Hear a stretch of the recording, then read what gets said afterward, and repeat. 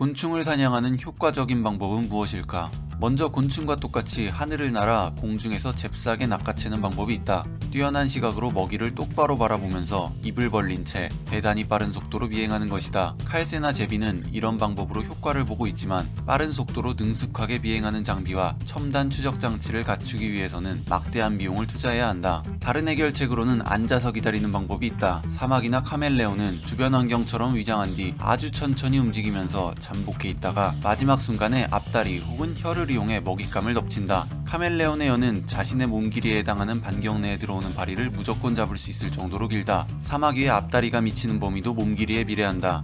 이런 설계는 포획 반경의 길이가 더 길어지는 방향으로 개선될 것이라고 짐작할 수 있을 것이다. 그러나 몸 길이보다 훨씬 긴 혀나 다리를 만들고 유지하려면 엄청난 비용이 든다. 먹잇감을 더 잡는다 해도 비용을 감당하기 어려울 것이다. 혀나 다리의 길이, 즉 포획 반경을 늘릴 수 있는 더 저렴한 방법은 없을까? 그물을 만드는 건 어떨까? 그물도 어떤 물질을 사용하고 만드는 공이 들기 때문에 공짜는 아니다. 그러나 그물은 카멜레온의 혀와 달리 움직이지 않아도 되니 근육 다발이 필요 없다. 또한 그물은 가늘어도 되기 때문에 적은 비용으로 더 넓은 영역을 확보할 수 있다. 만약 다리나 혀의 근육을 만드는 데 이용되었을 단백질을 실로 가공해 그물을 만들면 카멜레온의 혀가 닿는 범위보다 훨씬 멀리까지 미치는 그물을 만들 수 있을 것이다. 거미의 그물은 매우 경제적이다. 카멜레온의 근육질 혀는 전체 몸무게에서 꽤 큰 비중을 차지하지만 대형 그물을 만드는 데 필요한 약 20m 길이의 실은 거미 몸무게의 1000분의 1도 차지하지 않는다. 게다가 거미줄은 재활용된다. 거미는 사용한 거미줄을 다시 먹기 때문에 버려지는 것도 거의 없다.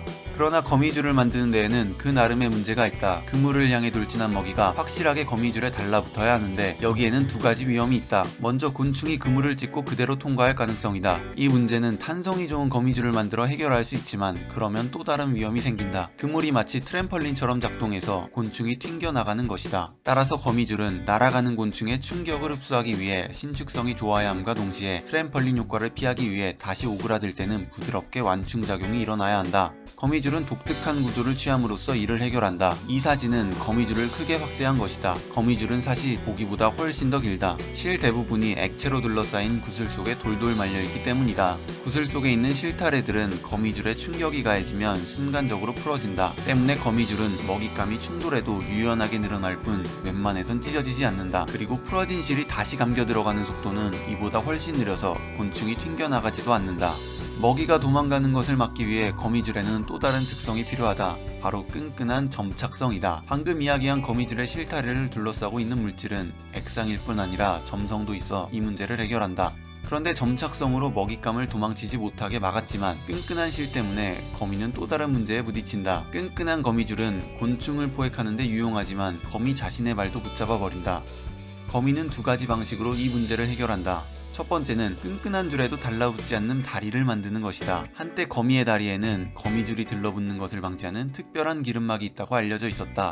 하지만 최근 연구 결과에 따르면 이는 사실이 아니라고 한다. 대신 거미는 자신의 발에 달린 털로만 거미줄을 밟으면서 이 문제를 해결한다. 가느다란 털로만 거미줄을 밟을 시 거미줄과 닿는 면적이 최소화되기 때문에 조금 달라붙더라도 충분히 이동할 수 있다. 또한 거미 다리에는 특별한 물질이 코팅되어 있어 거미줄에 달라붙는 걸 방지한다고 하는데 기존에 알려져 있던 기름 성분은 절대 아니라고 한다.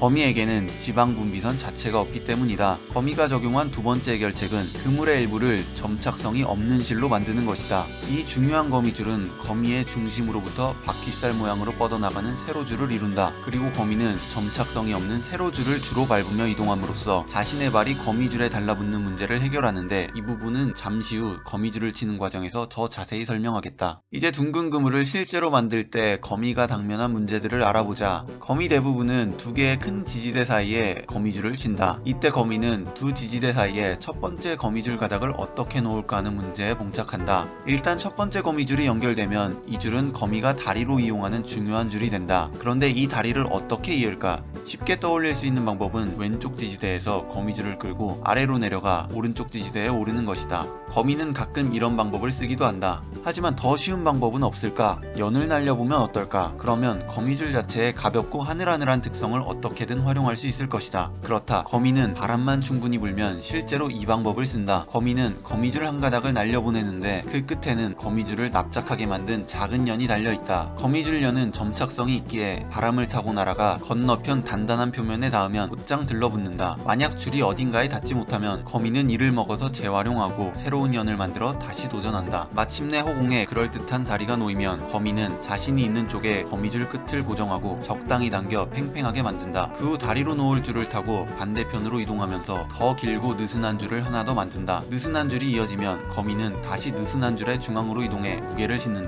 이렇게 느슨한 줄을 V자로 팽팽하게 만든 후 거미는 아래로 내려가면서 줄을 하나 더 만든다. 이제 3개의 세로줄이 단단히 고정된 거미줄은 Y자 모양이 되었다. 다음 할 일은 그물의 중심에서부터 방사형으로 나머지 세로줄을 넣고 가장자리에 바깥쪽 테두리를 만드는 것이다. 이렇게 세로줄과 바깥쪽 테두리를 만드는 줄에는 점착성이 없어 거미가 쉽게 이동할 수 있다. 이제 필요한 것은 바퀴살 모양의 세로줄에 수많은 가로줄을 넣는 일이다. 이때 가로줄은 안쪽에서 바깥쪽으로 이동하면서 칠까? 아니면 바깥쪽에서 안쪽으로 이동하면서 칠까? 바깥쪽에서 가로줄을 치기 시작하면 문제가 생긴다. 세로줄의 방사형 구조상 가장자리로 갈수록 줄 사이의 간격이 너무 넓어 거미가 건너가지 못하는 경우가 생길 수 있기 때문이다. 만약 이를 해결하기 위해 다시 간격이 좁은 안쪽으로 진입한 후 이웃한 줄로 건너가는 방법을 쓴다면 동선이 낭비되는 것은 물론 세로줄 역시 너무 밟아 늘어지게 된다.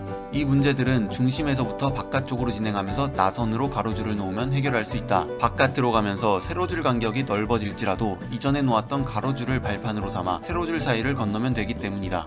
그러나 여기에는 다른 문제가 있다. 곤충을 잡는 데 유용한 끈끈한 가로줄은 아주 가늘고 탄성이 좋다는 점이다. 그런 의미에서 그물의 가로줄은 발판으로 삼을 만큼 좋은 지지대가 아니다. 문제는 이뿐만이 아니다. 가로줄을 놓을 때마다 앞서 만든 가로줄을 발판으로 삼으면 밟을 때마다 점착성이 일부 약해질 수 있다. 따라서 앞서 만든 가로줄을 밟으면서 중심에서부터 바깥쪽으로 나선 모양의 끈끈한 줄을 놓는 것은 거미에게 더 악수가 될 수 있다. 이 문제에 대한 거미의 해결책은 인간이 건물을 지을 때 쓰는 방법과 비슷하다. 임시로 비계를 설치하는 것이다. 세로줄을 완성한 후 거미는 중심에서부터 바깥쪽으로 나선줄을 놓는데 이 나선줄은 덫으로 쓰는 끈끈한 나선줄이 아니다. 이는 끈끈한 나선줄 설치를 돕기 위해 사용되는 보조 나선줄로 점착성이 없고 더 튼튼하며 간격도 넓다. 이 보조 나선줄은 끈끈한 나선줄이 만들어질 때까지 거미가 세로줄 사이를 안전하게 오갈 수 있게 해준다. 이제 거미는 자신이 지나왔던 나선형 길을 다시 되밟아가면서 가장자리에서부터 중심 쪽으로 더 촘촘하고 균일한 간격으로 나선을 놓는다. 간혹 이런 생각을 하는 사람도 있을 것이다. 애초에 세로줄을 더 촘촘하게 놓으면 전부 해결될 일 아닌가? 하지만 그런 방법은 결코 좋은 해결 방법이 아니다. 처음부터 언급했듯 사냥에서는 경제성을 따져봐야 한다. 최대한 적게 거미줄을 치면서 다른 거미와 비슷한 성과를 올린다면 그 거미는 상대적으로 생존에 더욱 유리할 것이다. 반면에 남보다 촘촘하게 거미줄을 치면서 성과도 비슷하다면 그 거미는 자연 선택에 따라 도태될 것이다. 어쨌든 거미가 안쪽을 향해 나선으로 돌아서 중심에 도착하면 거미줄은 거의 완성됐다. 이제 장력을 조절하는 일만 남았다. 거미는 중심에서 다리로 줄을 부드럽게 당기면서 장력을 감지해 필요하면 줄을 조금 느리거나 줄인다. 간혹 거미집 중심 부분에 불규칙하게 거미줄이 얽혀있는 걸 볼 수 있는데 이는 거미가 장력을 조절하는 과정에서 만들어진 경우가 많다.